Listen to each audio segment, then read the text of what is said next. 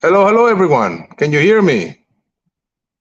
I'm having some problems with sound, and I was blaming my poor collaborator who's suffering on the other side. So it looks it's not you, Catherine. It looks it's me.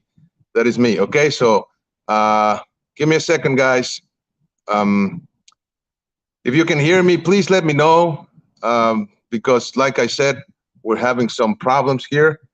Okay, I got it. I think I got it. And there we go. We are set. Okay. Hold on a second. Let me change cameras and bring. Okay, so Guro, no worries. I got you. If you're still there, I think you're still there. No worries. There we go. Hello, everyone. I guess you can hear me now. Hello, everybody. Um, okay. What's up? I'm sorry about that. Okay, my bad, Guro. Okay, so let's bring Guru in just to check that that everything is okay. Hello there. It was my bad. My What? problem. Hi. Made you suffer. Okay. No, you're good. Hello. Welcome back to another session of Coffee and Martial Arts. Salute, salute, salute. Cheers. My bad. I have a new mic and I plugged it in the earphone one, so I couldn't hear anything. So it was my problem. Sorry, sorry. But see, the good news is, let me show you. I have. Hold on, guys. Give me a second. Yes, see, I have a new mic, a pro one. So sorry about that. Sorry about the sound and the noise. There we go. Okay, everybody. So hello, everybody. Welcome back to another session of Coffee and Martial Arts. We are going live through our Facebook page. Um, Master Frank Soto, Master Frank Soto, please like and subscribe. Okay, follow us there. That usually helps. If you want to send some stars, please do so. That helps a lot as well. We're also going live through our YouTube channel at Frank Soto Kinetica. That's the Kinetic Dragon channel at Frank Soto Kinetica. We're also going live through the Internacional Hall of Fame of Argentina. Okay, so thank you all. Thank you, Guro. Sorry about that. Oh no, it's perfect. You had this look on your face like, oh my God, what's going on? So I'm sorry. It was my end. Okay. I'm so used to it now. This happens so often. I was like, oh, whatever. I know it's going to get fixed. So I'm sorry, but I know how it feels to be on the other side. So, and I always make myself responsible. So no worries. Okay, we have people saying hello, Jimmy Aguilar, saludos, buenas tardes, good afternoon from Guayaquil, Ecuador, saludos, gracias. Okay, so now that you are calm and relaxed, you recover, and you have applied self-control. Thank you, by the way, for being here today, and Thank you, sir. welcome back to the show. It's always cool. Every first Thursday of the month, I look forward to this section. So, what do you have for us today, my friend? I want to thank congratulate you on your newish channel. I subscribed to your I don't want to butcher the language. Fierza Kempo? The what? Is that it? Fuerza. Fierza? Yes. Kempo Force or Force Kempo. Yes. Yes. Congratulate. Well, I just I subscribed to it earlier, and there's so much content, and I was able to catch one of the first the Espada Retrasada. Delay sword. Yes, great. Yes. I was able to catch that episode, and then you have a talented young man working with you. And Oh, that's my youngest son. what? Okay. Yeah. Okay. Well, yeah, that's terrific. Congratulations. Thank you so much. Much appreciated. I'm happy you liked it. Oh yeah. I encourage everybody to sign up, even though I don't know what you're talking about, but I know what I'm looking at. I know what I'm looking at. So. Well, it's in Spanish because what I want to create there, it's a community for Kempoists. Basically, that's all focused on bringing in new Kempoists, new kids, new teens to train Kempo in the Latin countries. And I'm doing it also as a support to promote Kempo and for the instructors, because what I'm going to do is I'm just going to put there the curriculum for Yellow Belt, which is the introductory course basically into Kempo. And then Right. from then on, a student will. I'm actually going to test.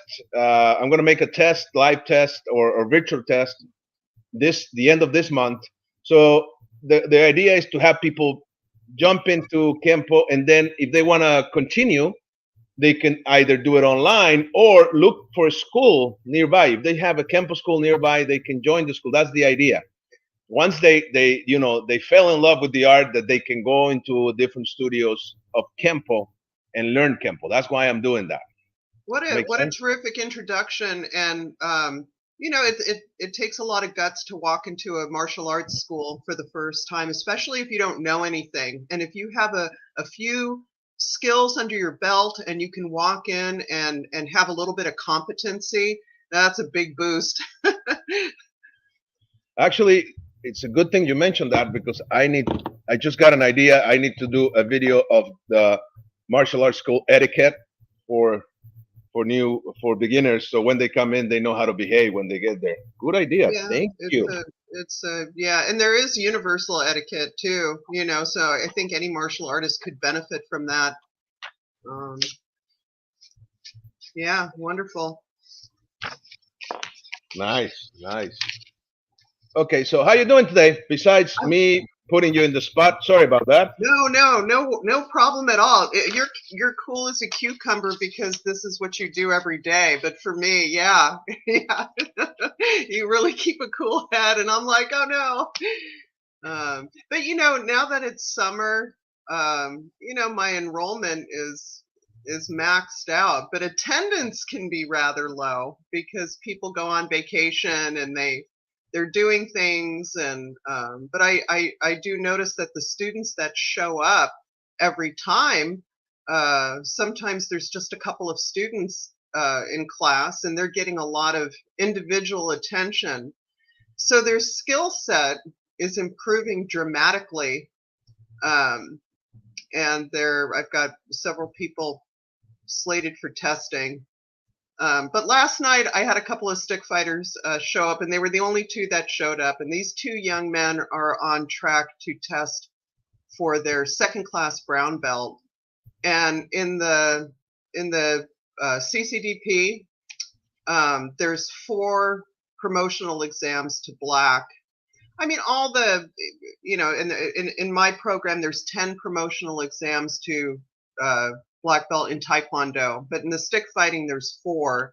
So you start as a white belt, and then it goes third class brown, second class brown, first class brown, and black.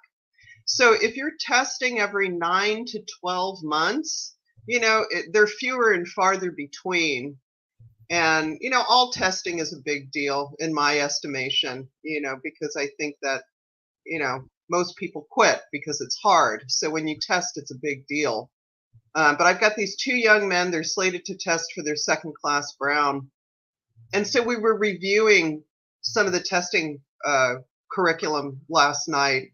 And I'm just bowled over about how highly skilled these guys are getting. And I was thinking about it on the way over here today.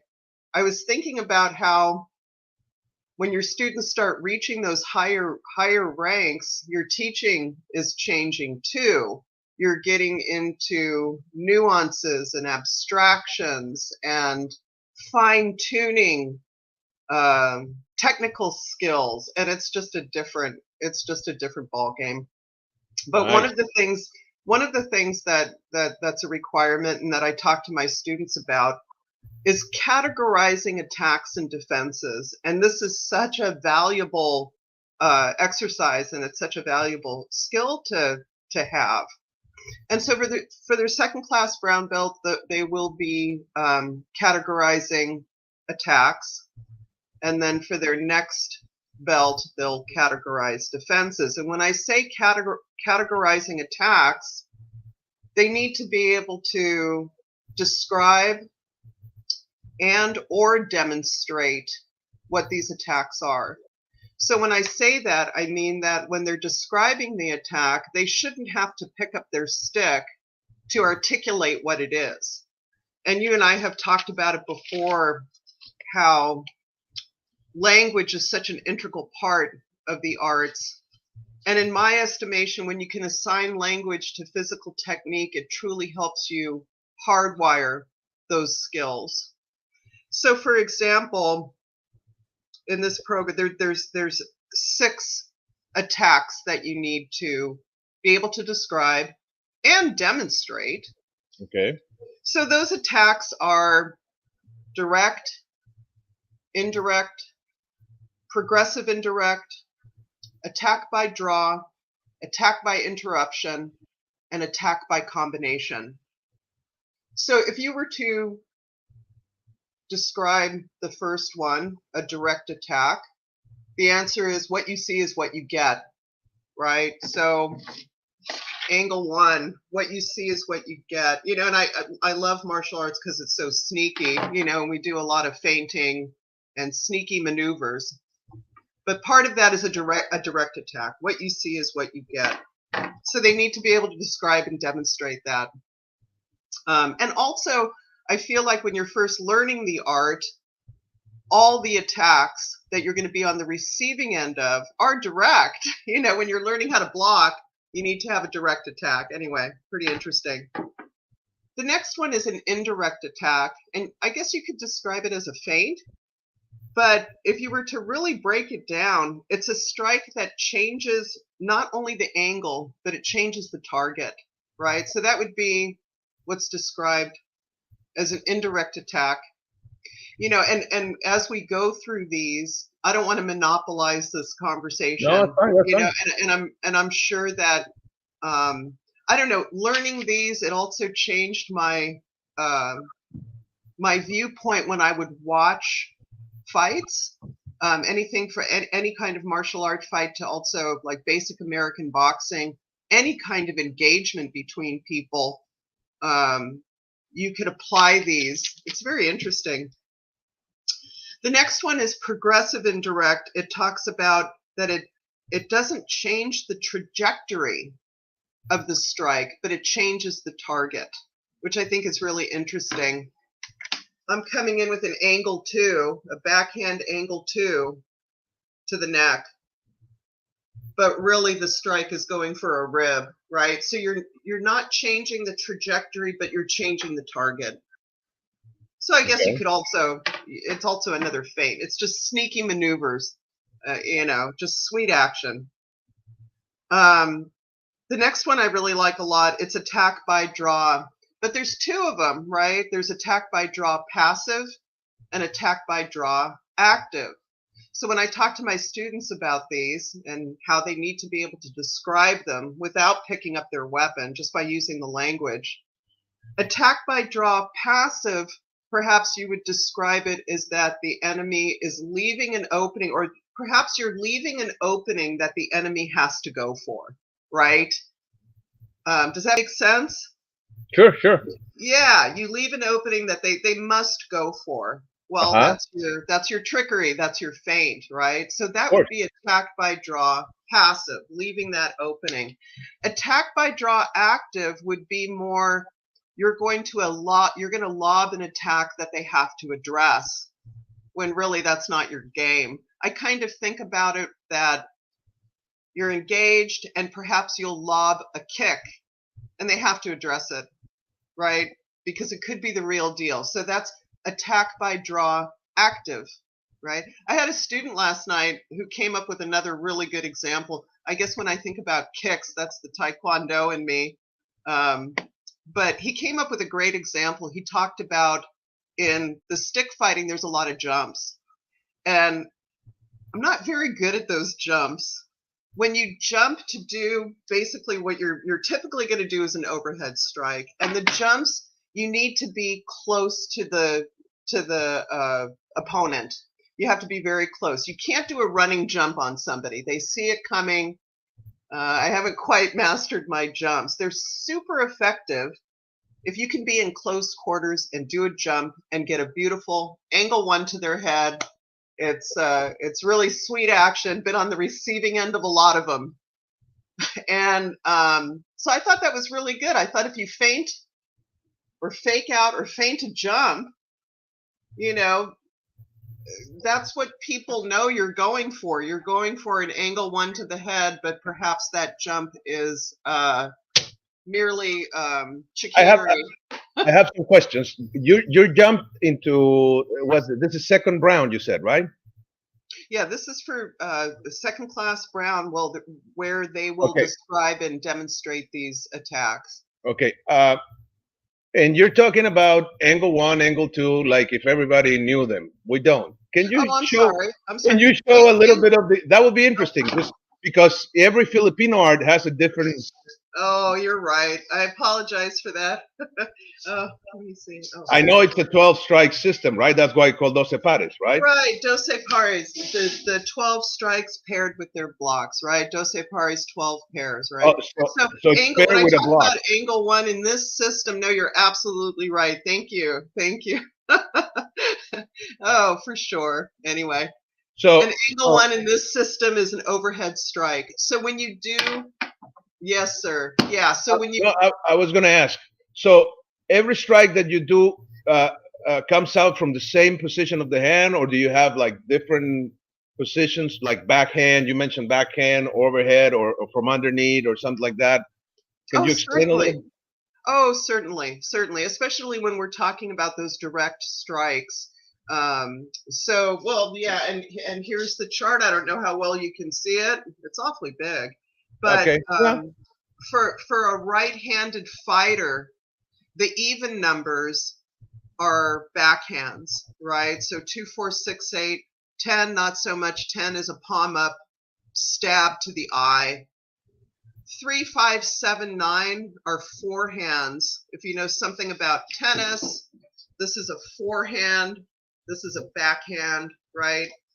Um, here's the targeting chart for a right-handed stick fighter. I don't know if you can see it. A One to little the bit. head, yeah. Yeah. 2 to the side of the neck, or 2 to the side of the head. 3 to the side of the head. 4 and 5 are slashing up rib strikes. Brutal, absolutely brutal. 6, 7 to the hips, 8, 9 to the knees, 10 and 11 to the eyes, and 12 is to the abdomen. Okay. Do they have like a point of origin with the strikes, or they can come out of any height, for example, for the forehand? Oh, yeah, fantastic, absolutely, and that's kind of what we're talking about here too. When you do these feints, or when you do these progressive indirect strikes, and like I was talking about before, when you're first teaching this art, and you have brand new students, you're going to deliver the direct strikes. You're not going to do any shenanigans or any trickery, right? Because you want them to learn how to block and how to handle direct strikes.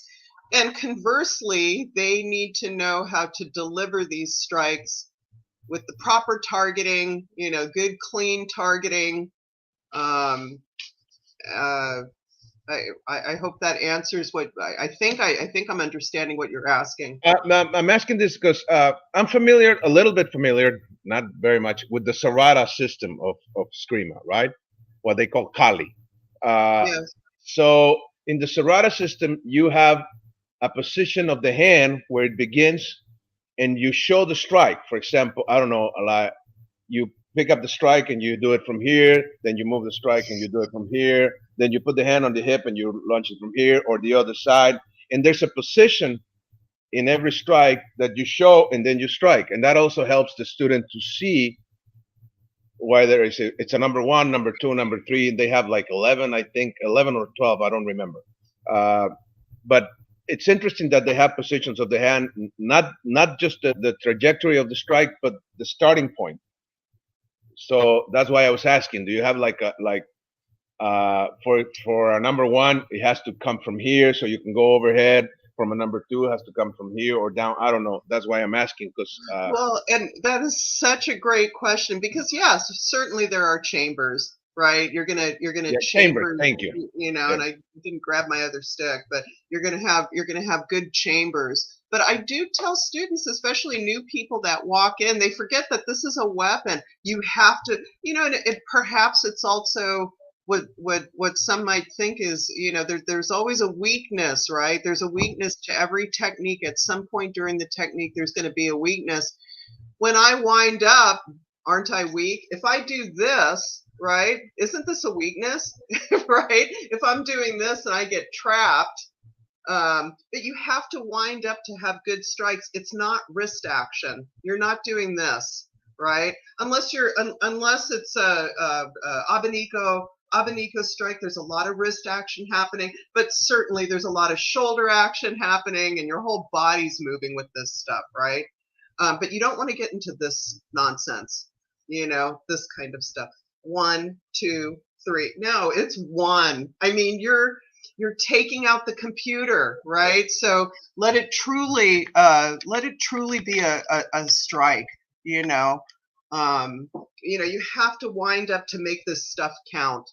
Hopefully, you only have to do 1 hit, right? Right. Does that sort of answer? I think so. Yeah, I'm asking because yes, I believe, especially when you watch a kid, a young kid, 5, 6, 7-year-old, when they strike, or even if they're not using weapons, just their hands, they tend to chamber, bring the hand up and hit, or bring the hand up and hit, and it's interesting because when they're hitting, they're thinking of, they want to generate that power, right? They want to, because they don't know how to strike, right? So in a weapon, I believe, I mean, I might be wrong, but there's some type of like a delivery system that we have, right? Like you raise the hand so you can gain that power, or even you said like this and you hit when you're doing that backhand. Because we have something like that in Kempo. We have positions of the hand, especially at the beginning part of training.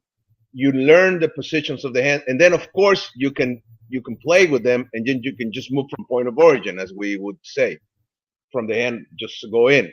But when you move from point of, let's say I'm in a guard and I move from here to the strike, right? Boom, I just hit from here to here.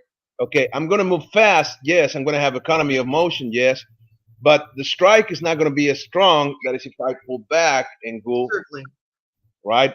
The full length, the full extension, and then I get more traveling of the weapon, right? So certainly.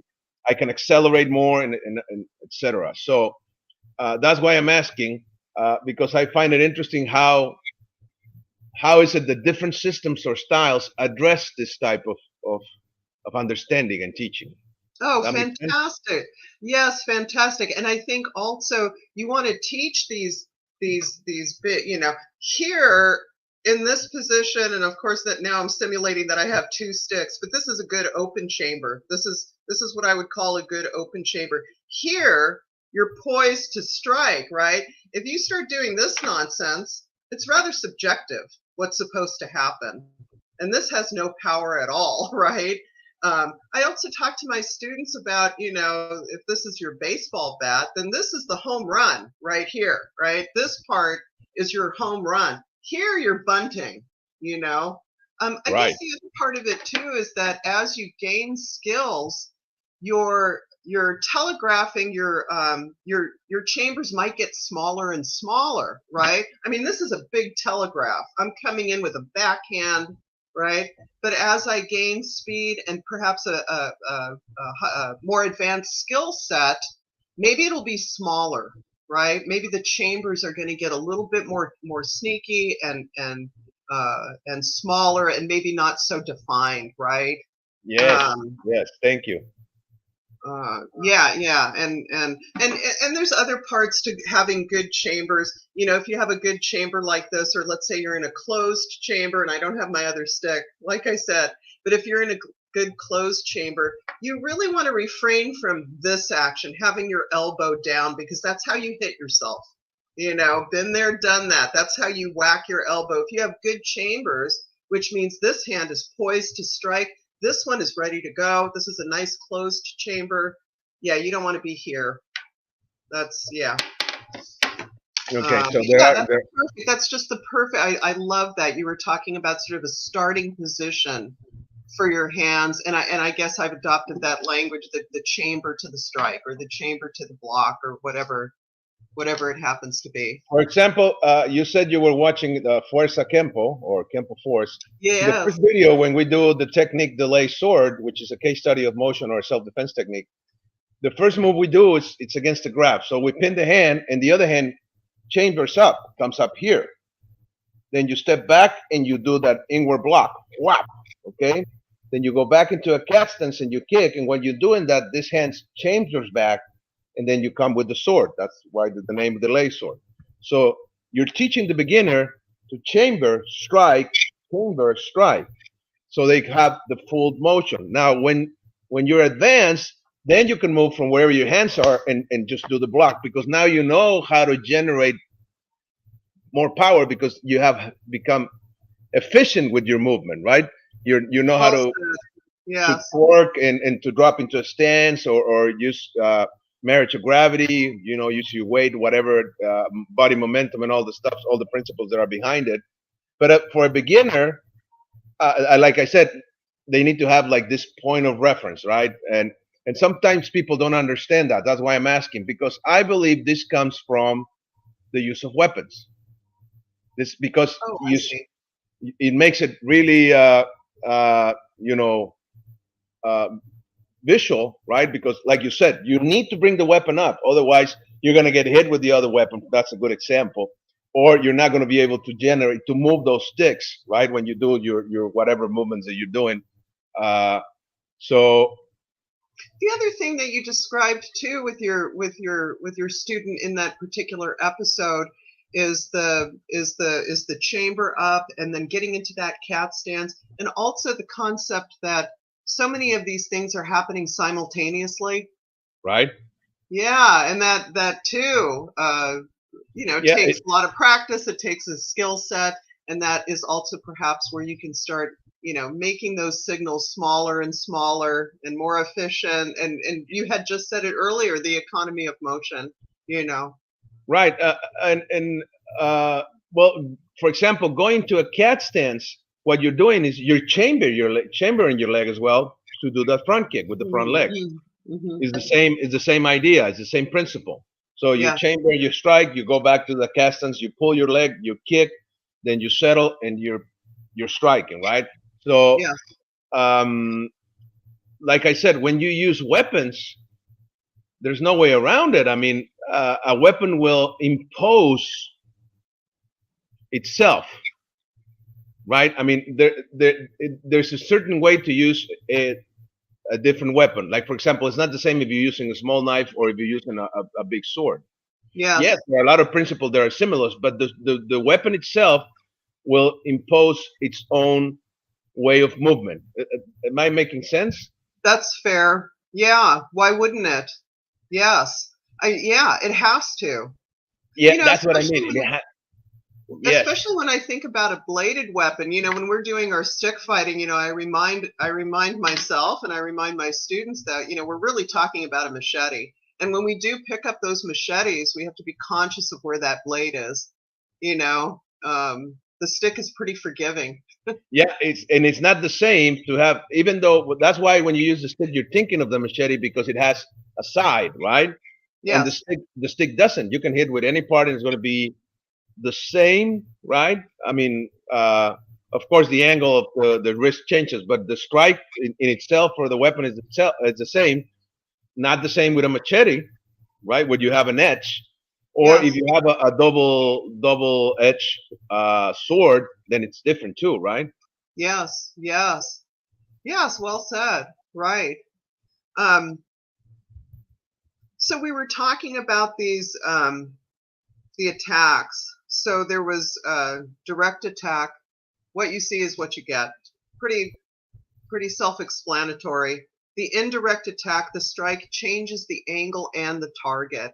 I remember there was a time where we were talking about, oh well, it's just a feint. Well, that's just not enough of an explanation.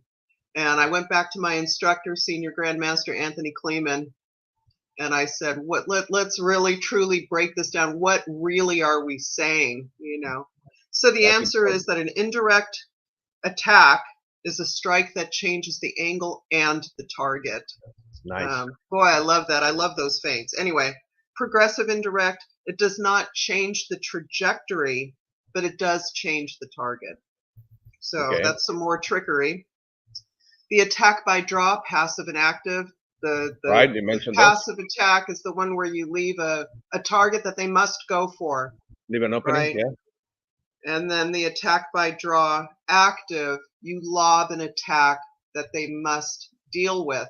So you can do something else, perhaps. They don't know. So they must deal with whatever you're. And that's how we kind of got started on that jumping. You know, that student had that terrific example of, Right. you know, you could sort of feign to jump, but they don't know. The next one was attack by interruption. You're interrupting their defense, which I think it had some of these nuances. They're so sweet, and you really have to think about it. What are you doing when you're So actually, the attack is interrupting their defense. I just think that's terrific, right? So you're lobbing an attack and interrupting their defense. It is just microseconds, and it's really fun to kind of think about it and to break it down into different examples, right? So you're lobbing an attack, they go in for a block, and then you perhaps go into a trap and you interrupt that defense. Anyway, I just think that's sweet. Some of this stuff is just so cool.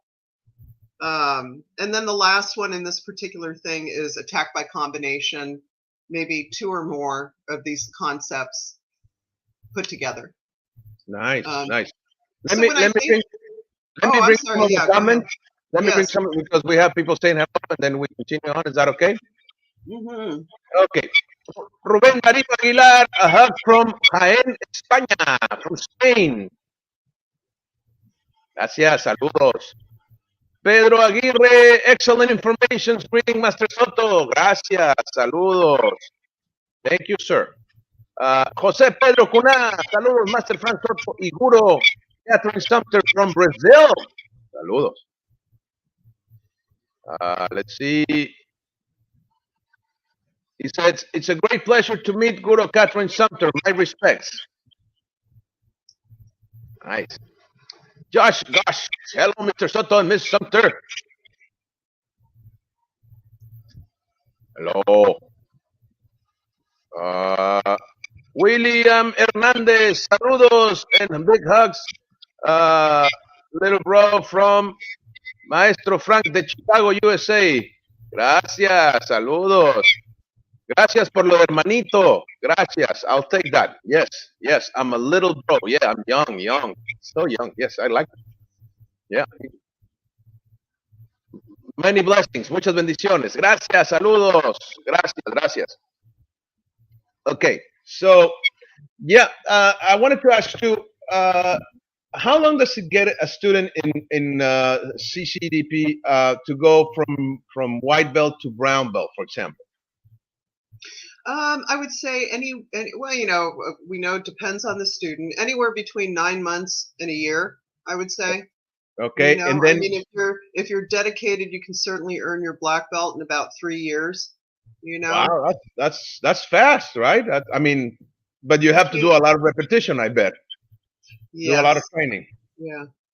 Well, and I guess it depends on, you know, obviously it depends on the student. I guess anywhere between 3 and you know, I mean, I was a little bit of a nutcase about it. I fell in love with this art, and I wasn't going to be denied. I did it every day. I couldn't get enough of it. It was just, it gets kind of weird, and it starts, you know, taking over a little bit, you know, and it's not the best thing I don't recommend it. You know, you want to be in charge of your art. You don't want your art to be in charge of you. You want to coexist with it peacefully instead of having it get in your head and waking you up at night. I mean, that's silly.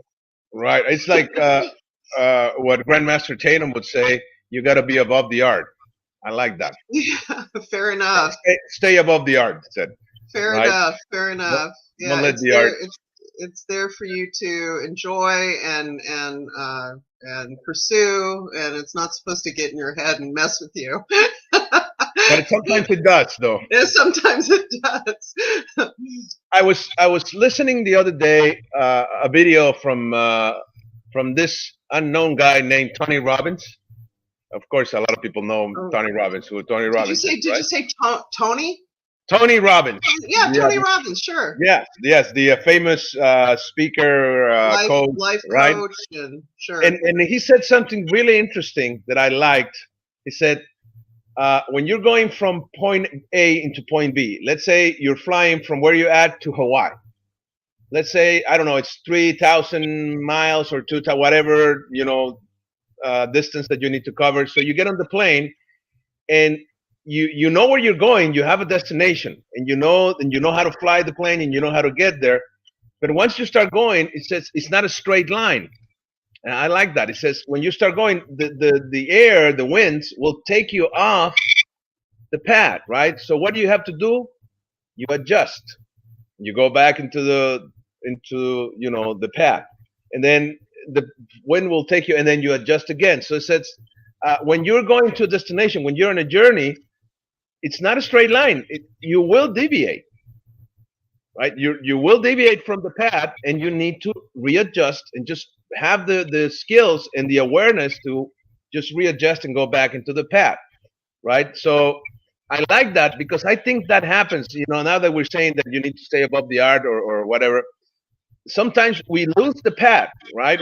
We know where we're going. We know what we want. We want to get that black belt, or we want to develop those skills, or gain mastery, or gain confidence, or whatever. Be good at the art that we're doing, stick fighting, or kempo, or taekwondo, or jiu-jitsu, whatever it is. But then you can get lost. So, and I like that, because he said the path from A to B is not a straight line. It's more like like curves. It's not really. I wish I heard that when I was coming up the ranks, because I lacked a lot of patience, and boy, whenever I would exercise patience, Me too. I would do so much better. I would do so much better. So that's great advice. Be prepared to go with the flow a little bit. And just adjust and go back And into adjust. yeah, Yes. and just go back into your trajectory, your path, right? Right. And accept that, because we want to get there so fast. One of the things that we have as Western or new society, new civilization, the Western civilization, or the nowadays, right? We're always criticizing, unless at least on this side, we're always criticizing the new generations, that we call them the now generation, right? They want everything now because of the internet or whatever. But that comes from us. That comes from the generation before and the generation before us. We want everything fast. We want the shortcut, because actually, some people say that a smart mind would look for the shortcut, so you can get there faster, and you can, whatever, fix your problem or whatever, which I understand. But sometimes faster is not better. Sometimes I agree. I also think that well, I'm working hard.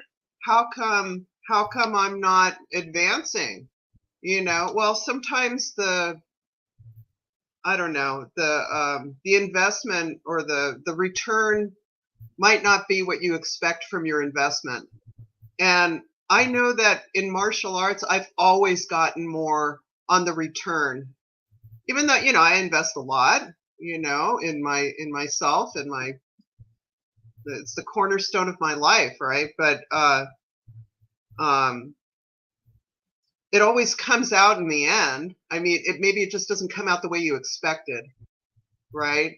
It's like, well, I'm working hard. How come I'm not here yet? Well, because you're not, whatever. and and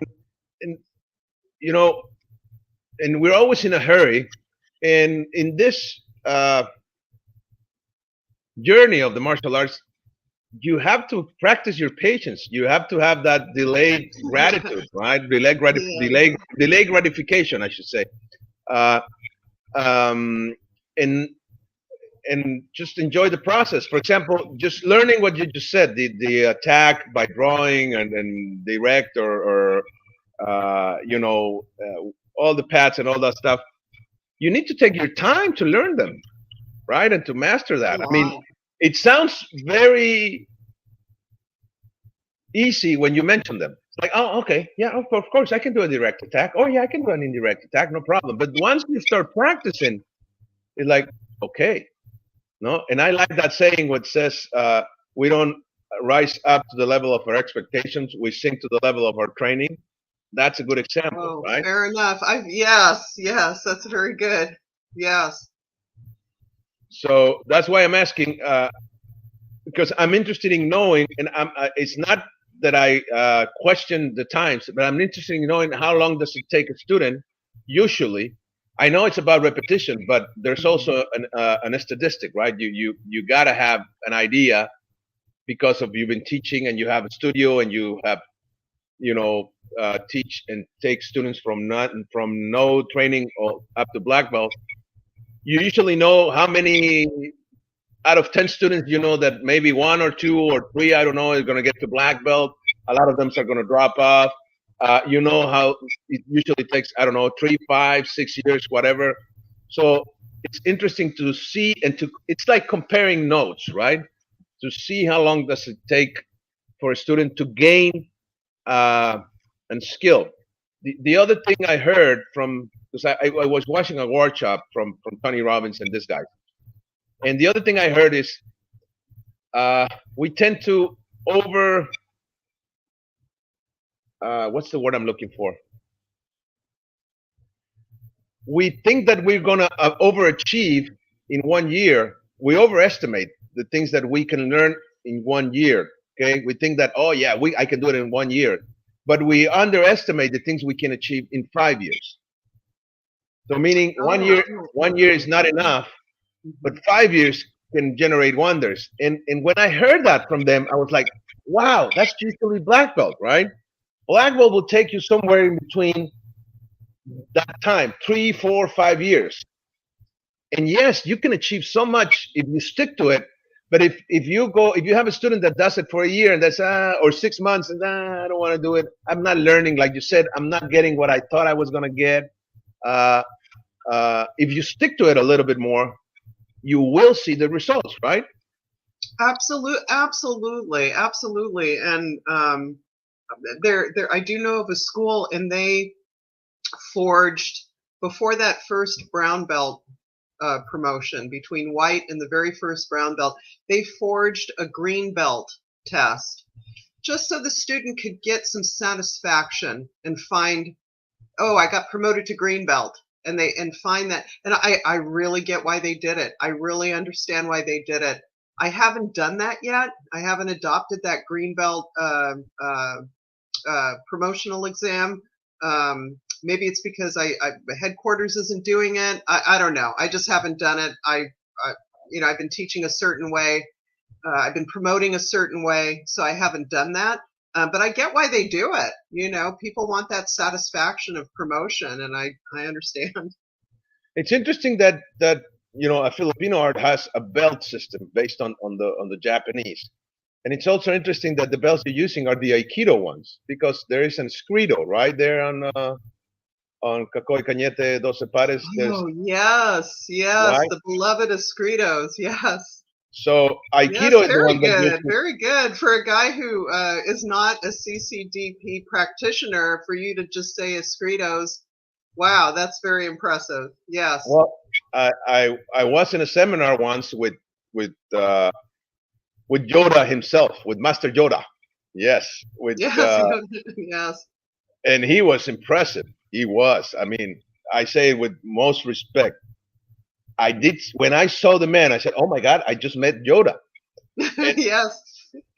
I really say it with the most respect because I remember he walking in. He was like 87, 88, something like that when I met him, and he was already uh, bent a little bit and walking hard with using the stick as a cane, right? Got in, and then he starts smiling. Attack me, and he just starts throwing guys all over the place, right? Right. Right. Yes, this is Oh my God. Master Yoda. I'm like, whoa, I like this, right? Yeah, and even the smile sounded like, and it's like, oh my God, it was There's just if anybody's unbelievable. interested, there's a terrific video out there. His great grandson is helping him on the mat, right? And then he gets on the mat and he starts taking guys down like it's nothing and just laughing, just that down they go. You had Grandmaster John Mack on your show, and he Yeah. talked about, and I thought this was really sweet. And he talked about how, and he's been on the receiving end of Kakoi Kinyeri many times, going down to the ground. But he talked about how Kakoi, when he was doing these joint locks, you were talking about the escritos, but he would also maybe get a pinch on the thumbnail, or he would just kind of manipulate maybe one of the, because you do, when you're doing this stuff, you do a catch control, right? You catch control the other person. Maybe he would just dig his thumb into a sweet spot on the hand and you're done. I mean, you're just done. And I love that stuff. He was really something. What a thing. Interesting. Let's see. Hernan Alfiro says, hello, Master Frank, Master Sumpter, my respect. Thank you, sir. Maestro John Ward, greetings from Ireland, my friends. Hello, sir. Thank you. Sifu Ernesto Corbrenner, salud, maestros. Casa de la Cultura China, Santa Fe, Argentina. Hug from the heart. Gracias, maestro. Saludos. Yeah, I mean, there's so much stuff there that if you take the time to learn, and I like that the way you showed, or the way you were teaching the attacks, direct attack, indirect attack, and all that, because like you said, I guess that's principle-based teaching, right? More than technique-based teaching, because you're teaching. Oh, wow, yes. And it's so funny too, because when we, I have this targeting chart. When you talk about principle-based teaching, you have this targeting chart, and I tell my students that when they sign up, and I give them a piece of paper to take home with the targeting chart, and I say, the faster you learn these angles, the more fun you'll have with your training, and the better you'll get faster. So learn your angles, quickly, but at some point you have to throw the chart away and, learn the rules to break the rules. And it's not about a number. It's not about an angle it's not about number 2, right? It's about the angle, right? It's not about the number. And you can get really, you can put those horse blinds on and really pigeonhole into, okay, this technique, you do this technique for this time, and now you have to do like you said, it's more of the principle of the matter than the actual curriculum. When you get hung up on curriculum, at some point you have to somehow abandon the targeting chart and some of these rules, right? It's very interesting, and it's difficult. It's difficult. I find it to be difficult. I'm still trying to learn how to do that. Why?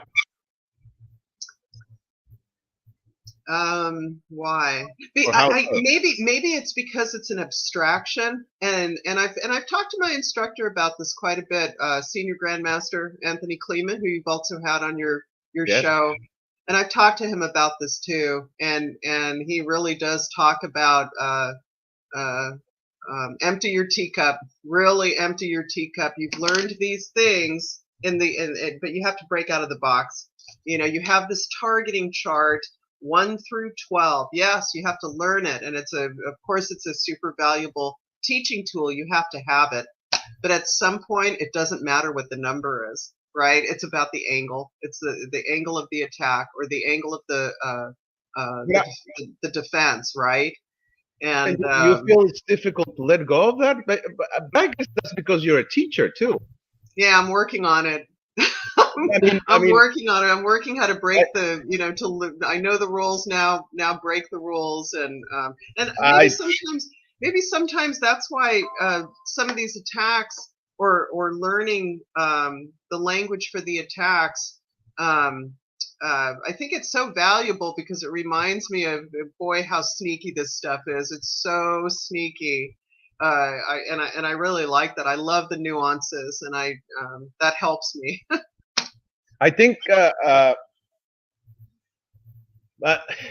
don't see it that hard. I think you have it down. Maybe you don't realize. I bet you anything, if I attack you, you're just gonna go for any of the 12 strikes with no problem. May I never find out, right? It's like you never want to use it. Yeah, that's the thing. That's the thing. Yeah, but Right. Yeah. as an instructor, uh, the thing when you're an instructor, and that's what makes a difference, is that you have to remember all of the things. It's like in Kempo. In Kempo, you're supposed to forget the techniques. I mean, they teach you 154 techniques Right. to get to black belt. So you need to let them go. You need to forget them. But see, you get so caught up in the techniques sometimes. Some students get so caught up, and they feel that if they let go, if they forget them, they're not black belts anymore. Because you don't know that technique. Oh my God, yeah, you're not so you learned it. You did repetition until you have down the movement, and then let go of the technique. But as an instructor, well, you need to remember all the techniques, otherwise you cannot teach them right to the student. Well, and also, I'm pretty new to the stick fighting. I mean, I've only been doing it for about 16 or 17 years. It's like, you know what I mean? It's like I'm still sort of new, right? You are. Well, yeah, but how many repetitions have you done? A lot. A lot. So I don't think you're not that new. Maybe you're not, at the level you want to be. Maybe you're a little bit too hard on yourself, which is normal for a martial artist. We tend to be hard on ourselves, on our expectations, right, on what we want to achieve. But I mean, new 16, 17 years. Yeah. If you're not training every day, yes. But if you're doing the repetition, like you said, I mean, but I understand the feeling. There's so much to go to still learn and to achieve, especially when you get next to a grandmaster and they start and they play around with you. It's like, oh my God, I thought I had it right. You thought you were something else, huh? Guess what? Yeah, I like that part in the movie. I think it was the second movie of the prequels of Star Wars when Anakin says, "I move better than Yoda." He tells Obi-Wan Kenobi, his master, his Jedi master, said, "Oh, I thought I think I was better. I was already better than Yoda." And Obi-Wan looks at him, only in your what is the word he's in your own young mind or something like that, right? Like saying, yeah, you dream on, whatever, right? So sometimes we get that. Yeah, we already have it. I am better than my instructor, better. And then you go with your instructor, and it's like, oh, okay. No.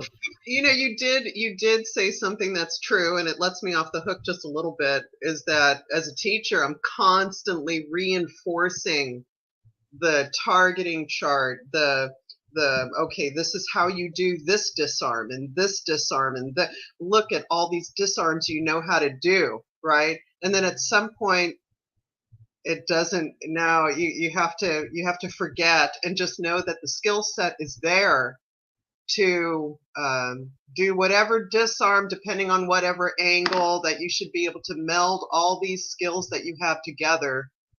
But yeah, I mean, you're right. As a teacher, it's like, oh, now you want your hand here. Okay, you have to put this here. Okay, make sure you have to be technically correct. I guess the other part of it too, and you and I have talked about this before, that most of my students are men, and they will disarm me and they will get away with bad technique because, hey, congratulations, you disarmed me.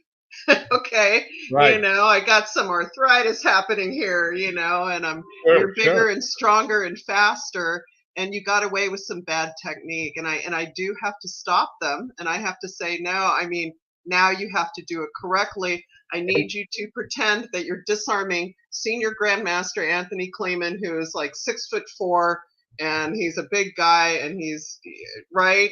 So Yeah, I and constantly have to reinforce those technically correct, pigeonholed skill sets, right? and also younger, right? The students are Yes. young and they have that eagerness to get there. They're not patient.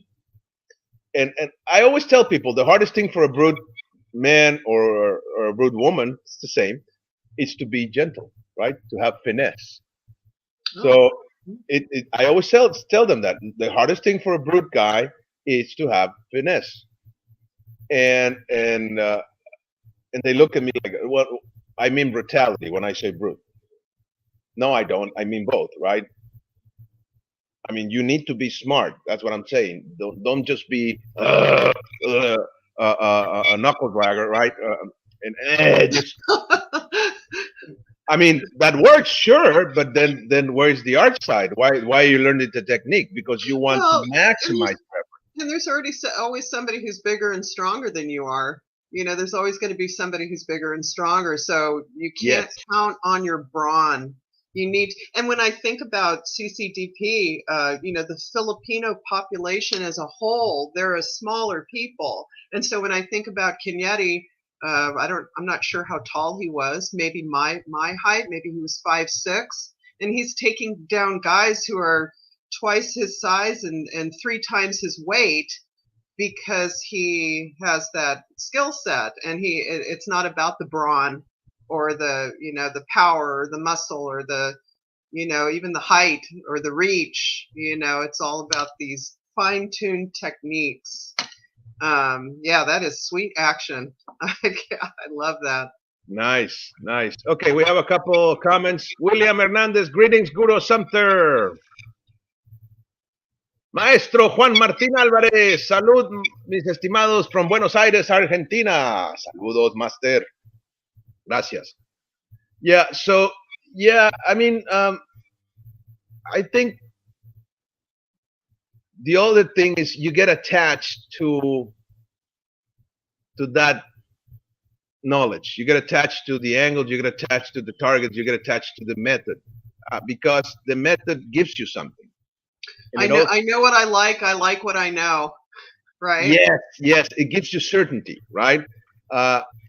One of the other things that I heard in this workshop, and I'm always looking at different stuff from different people to bring back into the martial arts. But one of the other things that I heard is a belief is no more than a feeling of certainty about something, right? And we have all these beliefs, we have all these feelings of certainty about something, and that's a good example when it comes to the method, like knowing the strike. You have a certainty that this strike is going to work, or this strike, because, well, the system works, right?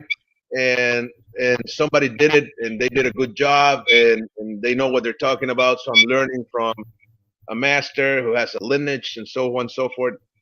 But to let go and to make achieving freestyle, right, or free flow of motion, it's to make yourself fully responsible of the outcome, your skills, and yourself. So when that happens when you let go. So it's also about, it's about responsibility and matureness as a fighter, not just as an individual. That's why martial arts is so much like life, right? Yes. Because now it's not Cacoy Cañete Doce Pares anymore. Now it's Kathrin Sumpter. I see what you're saying. Yes. Escrima. It becomes. I mean, I'm not invalidating the other, no, but you made it your own, right? And it's not about doing the technique in a certain way or the way the master will do it. No, now that I've learned everything, and that I learned the method, and that I have it, and I learn all those principles and everything, and I have the experience, and I'm doing it for 15, 16, 17 years. Now it's time for me to generate my own It's way. the way I do it. It's not the way, right? Yeah, when the chips are down, right? Yeah, and that happens in combat. Oh my goodness, yeah. So interesting. Hernan Alfiro says the dragon and gentleman. Okay, cool. Yes. ¿A qué se refiere, mi estimado? So that being said, well, it's been an hour. Just like that. Yeah, this was good though. This was a very good conversation. Thank you so much. Next time I see you, we can talk about describing and demonstrating the defenses. Yeah, that would be amazing. Because we talked about the attacks, and now we have to also talk about the defenses. Yeah. And that's why it's pairs, right? 12 pairs. So you have an attack and a defense for each of the angle, right? Right. Yeah, the blocks and strikes. Yes. Very nice. I like that. One of the things that I like about the Filipino martial arts is that they're very simple in their approach. I mean, they don't complicate themselves. I'm not saying Escrima is not complex or doesn't have a lot of stuff, but when they teach, they're very direct. I like that. You know, you need to learn these 12 strikes, you need to learn these 12 blocks, and you build it all from there. And then and now you have principles and all of this, things. Yeah. I like that. I think that's actually very, very well created, the method. Well, I think we're done. Well, thank you, Master Frank. This was so fun, and congratulations again on your channel. Thank you so much. Much appreciated. Well, thank you everybody else for watching. Thank you for being here today, and I hope to see you soon, right? Yes, looking forward to it. Take care. Thank you, everybody. Have a great day. This Saturday, Open Mat Talks, remember, and we'll continue with more next week. And August 13th, we have, again, Teachings of a Kempo Master with Grandmaster Larry Tatum, the second episode, okay? So don't miss it. Thank you again, Guro. Take care, and bye-bye.